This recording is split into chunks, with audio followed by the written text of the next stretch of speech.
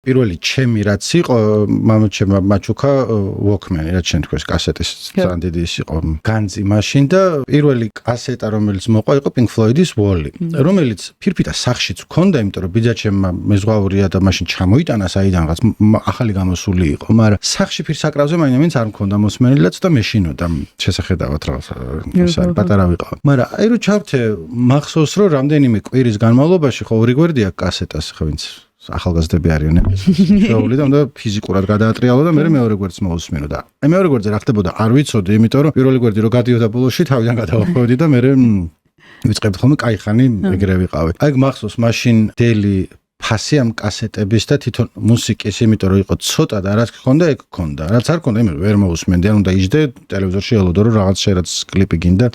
ეს არის რაღაც, ანუ პატარა ვარ, ქვია რა, 80-იანების ბოლო რაღაცა ესა. და მახსოვს ჩვენი თაობის და უფროსებისთვის როკ ოპერა Jesus Christ Superstar იყო ძალიან მნიშვნელოვანი. ხა აღარ არის ეგეთი აქტუალური, იმიტომ რომ ცოტა უცნაური რამე არის, ან ჯერ როკ ოპერა საერთოდ მიუზიკლია უფრო თუ რა ვიცი რაც ქვია, თან მით უმეტეს სახარებაზე და მაგრამ თავიდან ბოლომდე ზეპირად ვიცი, ანუ იმდენჯერ ამ აქვს მოსმენელი და თან აი უცნაური ისინი მომწონდა. პილატესის მარია ერთი უცნახევრიანი პატარა მომენტი და აი მაგაზე I dreamt I met a Galilean, the most amazing man.